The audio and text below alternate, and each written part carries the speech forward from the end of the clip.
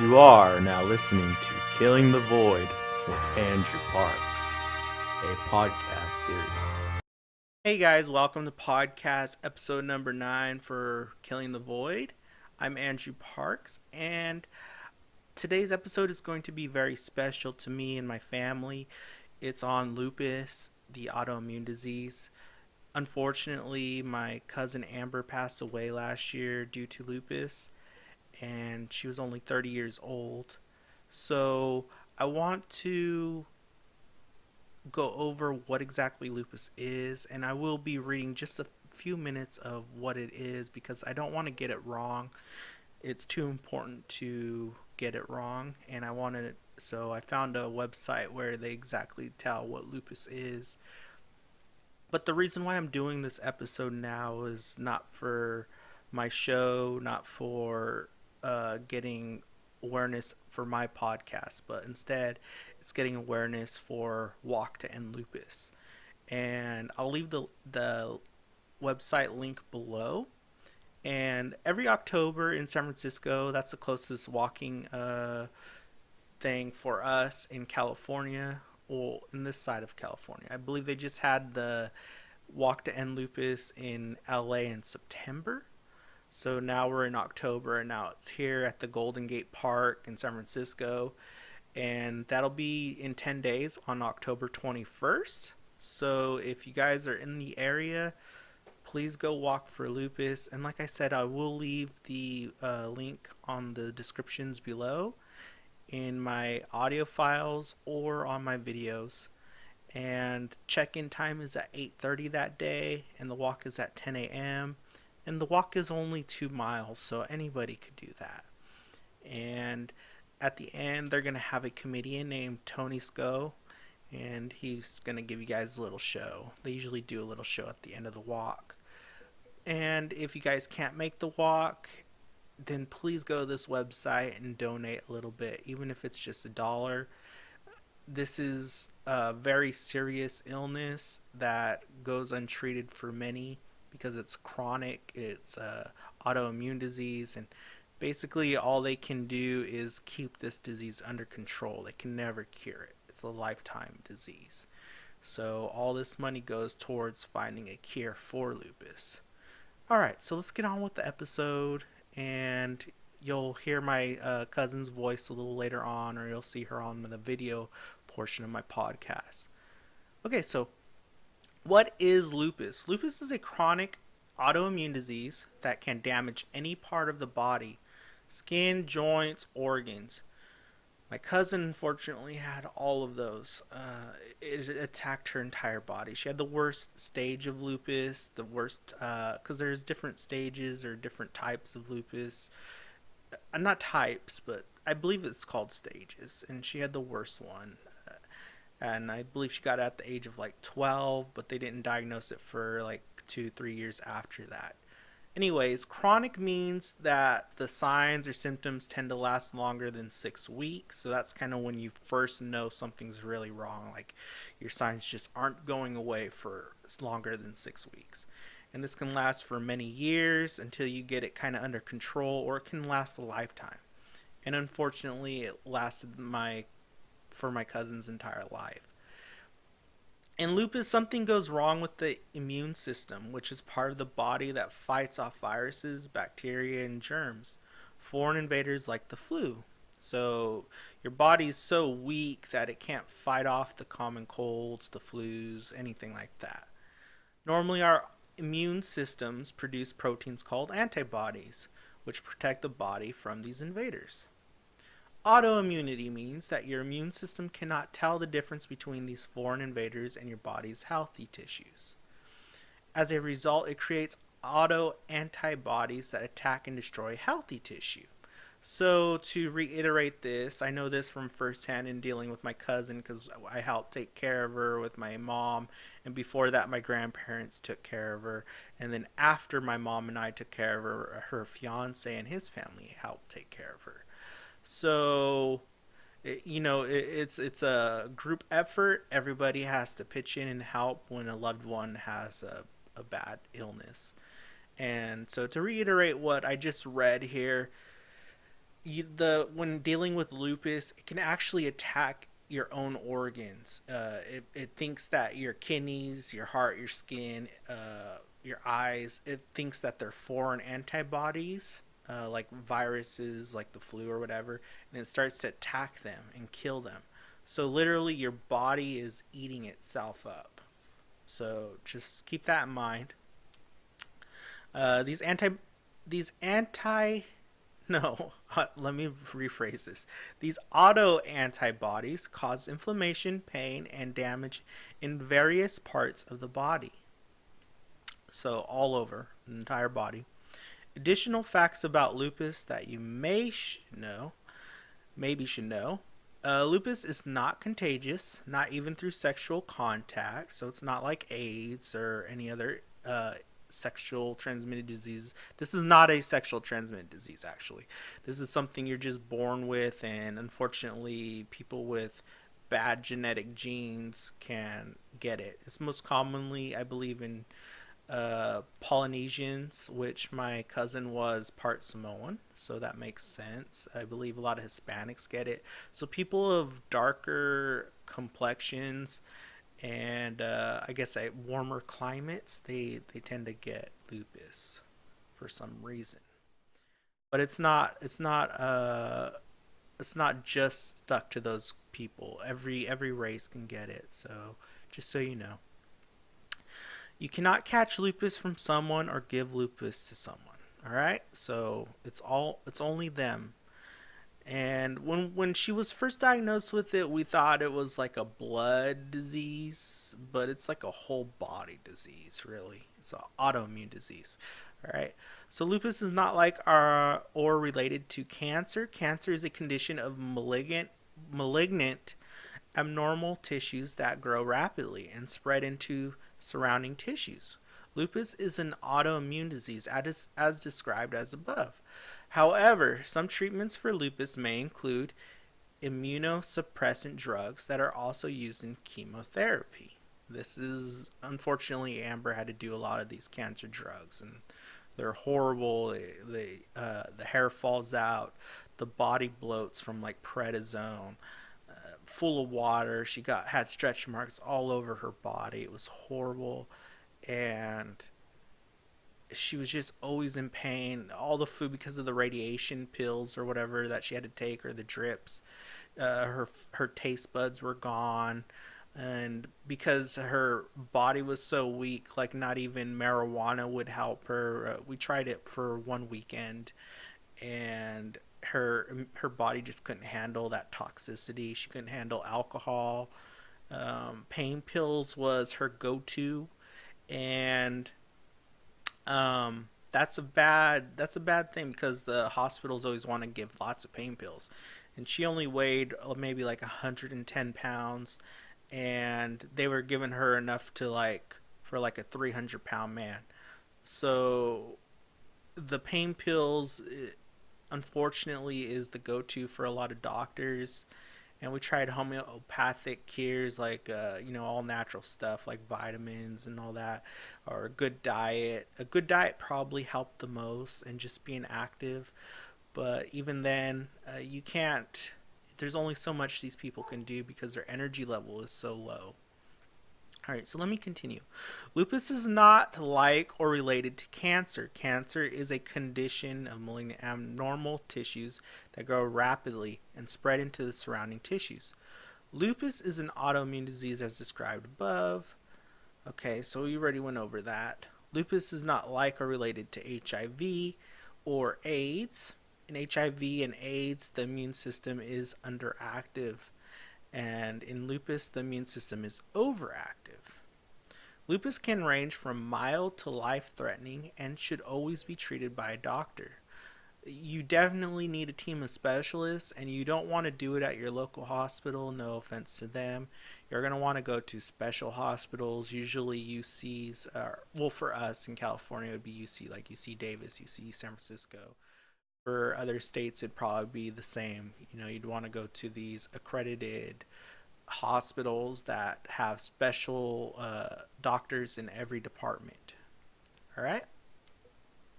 Lupus can range from mild to life-threatening things, so we already read that. I'm sorry about that.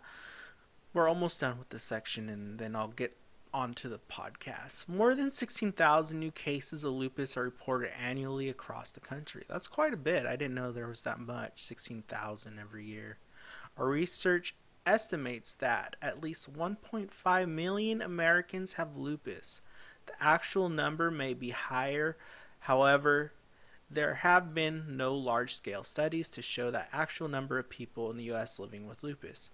Okay, so they believe 1.5 million people in America have lupus. I would say it's probably way higher, or a lot of deaths that go because people are untreated and they were never diagnosed with lupus. It literally took, I believe, like 2 to 3 years for my cousin to get diagnosed with it. She was literally dying right before our eyes. And that's because what I said earlier, we kept taking her to the local doctors, to the local hospitals, and they never even thought to do lupus scans. It's not, I'm not belittling them because it's not a normal thing to look for like cancer or arthritis. And lupus does cause arthritis, and we'll get into that. But lupus is something so horrible and not really known still. It's becoming more known now because of famous actors that are getting it, like I believe Selena Gomez. So I believe that's her name, and she's making it more out in the open so people really understand what it is, and I'd like to thank her for that. Unfortunately, she's going through what my cousin's going through, and it's horrible. I even believe she had like a kidney transplant, which my cousin was on the waiting list for a lot of years. And it's horrible. It's a horrible thing. A lot of people, my cousin had like 3 knee transplants, and it's bad. Lupus is very bad. All right, so let's get back to this. It's believed that 5 million people throughout the world have a form of lupus. So that's what I just said. A lot of people don't even know they have it, and a lot of doctors don't know to diagnose for it. So if you're, and this is an unfortunate thing with autoimmune diseases because I just lost my dog to one, and there's so many types of autoimmune diseases that they can't test for all of them. It's just it's crazy. You can't. There's so many different types. It's just a default in your genetics, so it's very hard to find. Lupus strikes mostly women of childbearing age. However, men, children, and teenagers develop lupus too. Most people with lupus develop disease between the ages of 15 and 44. And these people that get it at a young age, they usually, unfortunately, don't have a long lifespan. Unfortunately, my cousin was in that category. A lot of them lived to be in their 30s. A lot of ladies in their late middle ages, though, in like their mid 40s to mid 50s, that range, they get it later in life. And that form of lupus is also severe, but it's not as severe as the ones that where the kids get it at a young age. And I'm not trying to take those people down a notch because it is a very bad thing. I'm just saying that the kids unfortunately have a worse form of lupus usually, not all the time, but usually. All right. Women of color are 2 of 3 times more likely to develop lupus than Caucasians. See, so that's what going back to the whole Middle Eastern and Hispanic thing and African Americans. They are definitely so 2 to 3 times more likely to get it. All right. People of all races and ethnic groups can develop lupus. So I also said that above. All right, so I'm done reading now. And so the reason why I'm doing this episode, again, just to reiterate, is because we are having the Lupus Walk in San Francisco in 10 days on October 21st. Check-in is at 8:30. It's a 2-mile walk. After that, there will be a comedian, Tony Sco, to give a little show, performance. And They have already raised 50% of their goal, $88,000. So if you can't make the walk, please go to this website. I'll leave the link below, and please donate some money, even if it's $1. It's going towards a good cause. It really is. Now I'm going to do a small video on my cousin, and she's going to explain lupus in her own words. All right, and she's not a doctor, but she's lived with it, right? So she did this video at the age of 25, and she did pass away at the age of 30. So let's get on to this, all right? Hi, my name is Amber Saina. I am doing this documentary on lupus, systemic lupus erythematosus. It's an autoimmune disease that attacks your body. We form antibodies in our body, and the lupus thinks that it is an enemy, so therefore it attacks our body, including our organs, kidneys, liver, lungs, heart, skin. It has actually done a lot of damage. I've had lupus since I was 15 years old. I am now 25 years old, and suspected that I had it since I was 12, but didn't know anything about lupus until they mentioned it. And I'm sure a lot of people out there do not know about lupus, but lupus is such a horrible illness, and an illness that no one wants to go through, no one wants to deal with, no one wants to wake up in the morning feeling awful, sick, fatigued, like it almost feels like you have the flu at all times. And every one of us that has lupus is going through the same exact thing.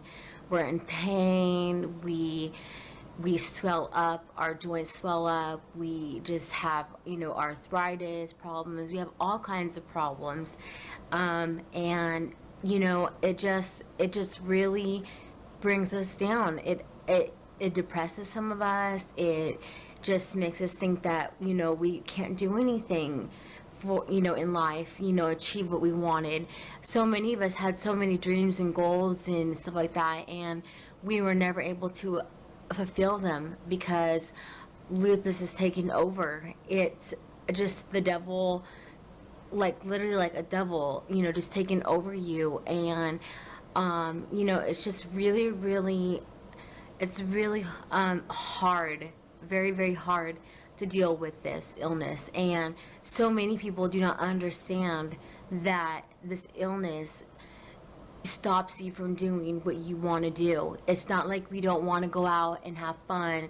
It's not like we don't want to, it's not like we're boring and that we just want to, not do anything. It's this illness, and people need to understand that we can't go out and do the things that normal people do at our age. We just can. And I can't say this enough, that people need to respect this on our part, because we seriously cannot help the fact that we are like this. All I know is that we need to find a cure. We need to cure this illness. We need to help in any way we can. Go to the lupus walks. Just show your support that way. You don't need to donate money if you don't have it, or if you don't want to. But just by being there is helping find a cure for lupus. It would make us so much more happier if we could find a cure. And I just hope that people take it into consideration that lupus is not anything that we are just pretending that it's something so big. It actually is really big. It actually is really just a horrible illness, and like any other illness. I know there's so many illnesses out there, but I don't think that lupus is being said enough, and being advertised enough. So I would like to put that out there, that cure lupus. Let's find a cure for it. And October is the month, so if anyone could please come and support the Lupus Foundation in San Francisco or anywhere around your neighborhood that has it, it would be greatly appreciated. Thank you so much for listening to my video. Bye! Alright, guys, so you just watched a video of my cousin Amber Saina that passed away last year to lupus, and she's trying to bring awareness to October and the walk in San Francisco because that's the closest walk to us. And I really hope that some of you can make it or donate something to that organization so they can help find a cure for lupus. And one of the things that I want to express to a lot of people, maybe you're watching this because you know someone with lupus or family member that has lupus, or maybe you have lupus yourself. Some of the things that I noticed when living with Amber and before and after,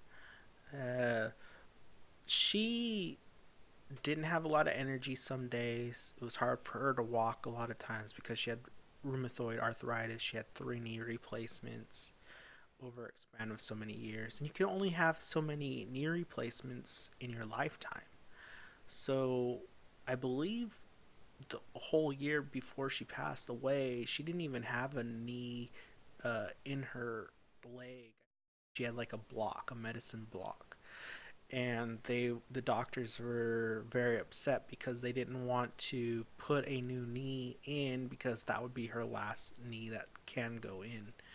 And if it got infected, then I don't know what they would do. She would just have no knee, or if they'd have to amputate her leg.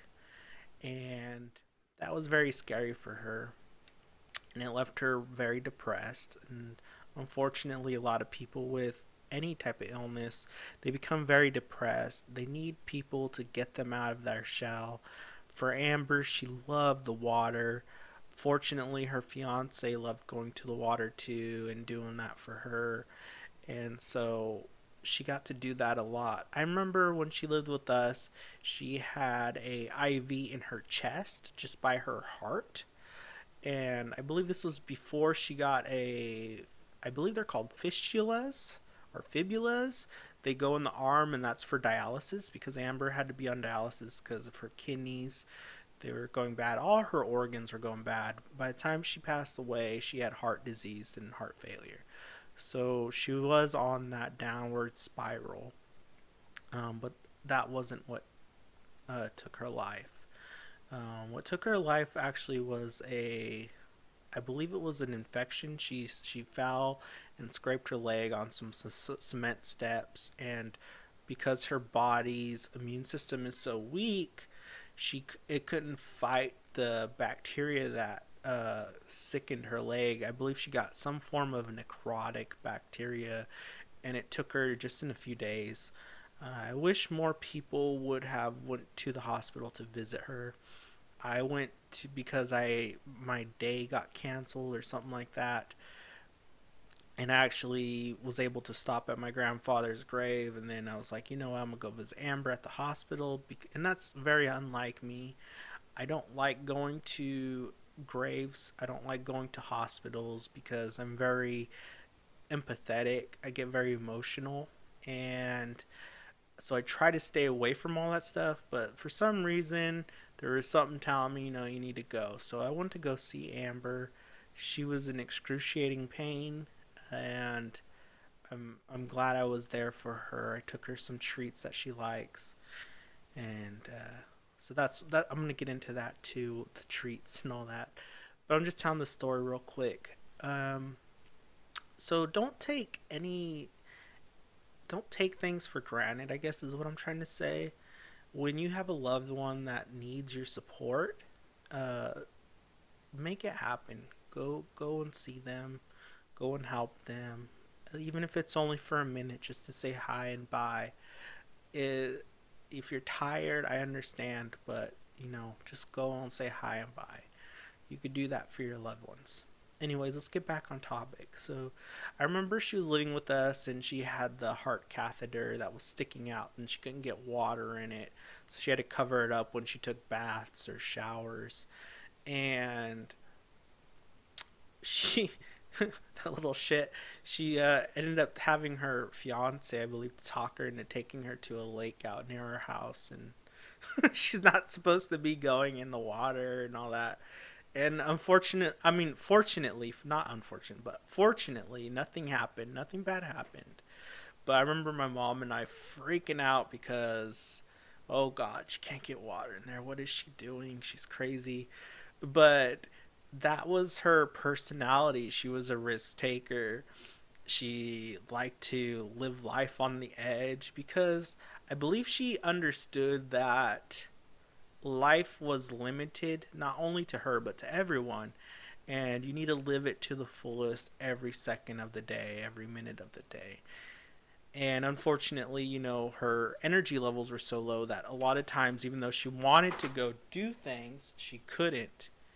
And I just want you guys to understand that these people really want to get out and do things, like she said on her video, and they, unfortunately, a lot of times they can't. And me and my mom would get mad at her when she'd go to parties, when she'd go to like rock concerts or anything. She would go and do these wild things. She'd go skydiving. And oh my God, Amber, your body's so fragile, because she had the rheumatoid arthritis and she had is it osteo I don't know what it is, but it's where she had the brittle bone disease. And so my cat is being crazy over there. And she couldn't afford to fall because she could break bones and that would cause infections, or that didn't heal like a normal person. So she was like a china glass, or a porcelain glass or porcelain doll, and if she fell she could shatter, like Humpty Dumpty that sat on a wall. And so we were always overprotective of her.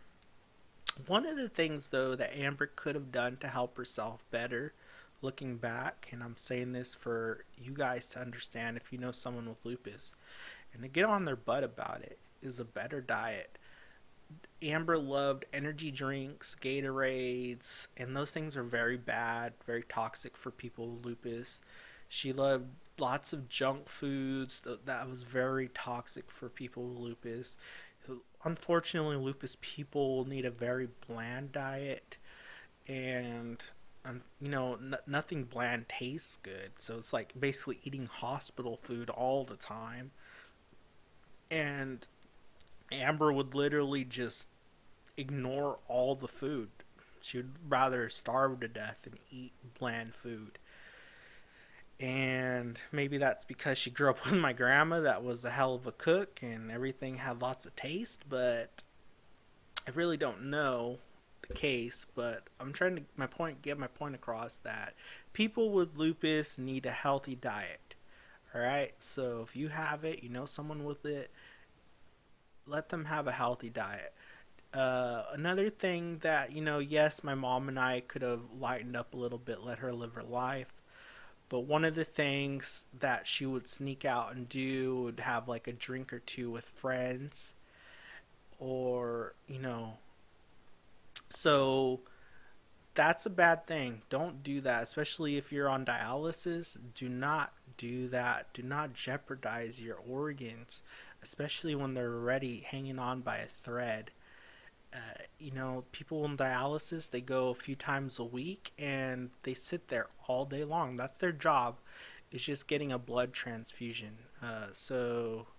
Or I don't even know if it's a transfusion. They're just cleaning their blood. It goes through a little filtration system and then it goes back into their body. And that's a horrible life to have, where you got to go 4 or 5 days a week and you sit there for 8 hours getting dialysis treatment. Don't do that to yourself. Don't do drugs. Don't do alcohol. If you know someone with lupus, don't encourage them to drink. that's, yes, that's their life. So if they're at your house and they want to have a beer, uh, you can say, yeah, that's their fault, but no, it's your fault. If you're having someone over with lupus and they can't have wine, then you need to either be strong enough to tell them, no, you can't have any wine, or you need to not serve it. Just have, that one night, or don't invite that person. If you can't handle one night without having alcohol around your special needs friend that has lupus, then don't even invite them over because you're doing harm to their body. All right? It's like injecting weed killer straight into their drink for them because their kidneys are so bad already. So don't do that. Don't do it, please.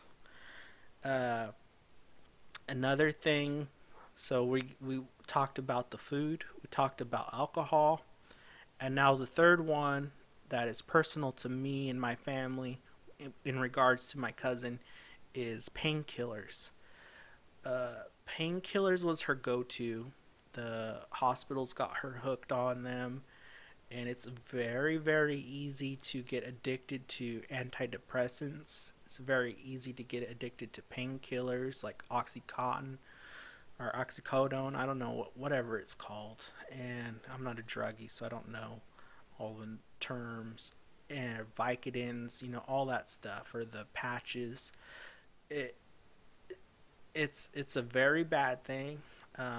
Amber got so bad at one point she was buying them off the black market, and it's we could tell when she was high on these drugs because she would sit there and nod off, and you'd ask her a question and she'd be like, what? And then, yeah, and she'd start to talk. She'd say like three words, and then she'd nod off again. And it was just this battle of, like, Amber, you're not ever going to get a new kidney. Nobody's going to give you a transplant when you're taking advantage of these painkillers. And at one point, we did get on board with the doctors, her main care professionals in San Francisco. They said, Amber, you can't do this stuff no more. It's doing too much harm to you. We don't want to give up on you, but if you don't get your shit together, like, you're going to die. And then she was going to all the nearby hospitals and or the nearby doctors and getting drugs and stuff, and it's just bad. Like, it became this horrible thing, her need for painkillers, and that's not good, and you need to be careful. Obviously these people are in a lot of pain, and I don't really know, I don't understand, I don't know what's the best choice for them when they're in so much pain. I really don't.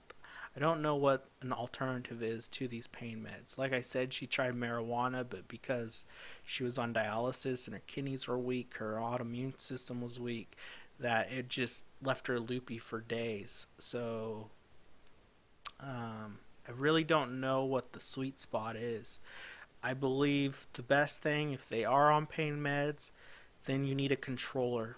You Even though if they're an adult, they can't be trusted to handle their own meds. They're gonna have to have someone that helps them and regulates them on these pain meds.